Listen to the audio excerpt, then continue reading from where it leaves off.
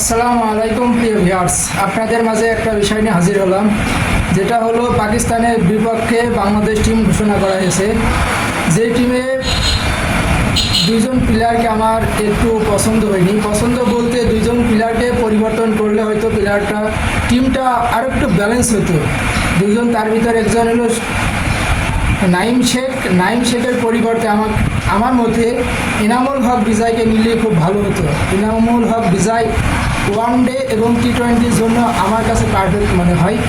এবং আরেকজন মেহেদী হাসান মিরাজের পরিবর্তে অবশ্যই আমার ব্যক্তিগত মত, আপনারা মতামত দেবেন আপনাদের মতো করে, প্লেয়ার বাছাই করবেন আপনারা আপনাদের মতো করে। কোনো সদস্যের দল দিয়েছে, দল অপরিবর্তিত আছে, এখানে নতুন কেউ আসেনি এবং যায়নি।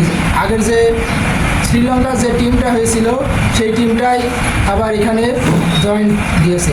আসলে দুইজন প্লেয়ার, আর একজন বলছিলাম মেহেদী হাসান মিরাজের পরিবর্তে অবশ্যই আমার ব্যক্তিগত মত, আমার পছন্দ প্লেয়ার আপনারা জানেন মুসাদ্দেক হোসেন একজন অলরাউন্ডার, একজন ব্যাটসম্যান, ডানহাতি ব্যাটসম্যান। মুসাদ্দেককে মেহেদী হাসান মিরাজের পরিবর্তে তাকে দিলে অবশ্যই ভালো হতো, খুবই ভালো হতো, টিমটা ব্যালেন্স হতো। মেহেদী হাসান মিরাজও ভালো, আমি তাকে ওয়ানডে এবং টেস্টের জন্যই বেটার মনে করি। অলরাউন্ডার হিসাবে, ব্যাটিং হিসাবে, ফিল্ডিং সব হিসাবে আমি মানি। তা আপনারা অবশ্যই মতামত দেবেন টিমটা কেমন হয়েছে। এই টিমটা অবশ্যই আশানুরূপ ভালো করবে পাকিস্তানের বিপক্ষে। পাকিস্তানও ভালো টিম, আপনারা জানেন, ব্যালেন্স টিম।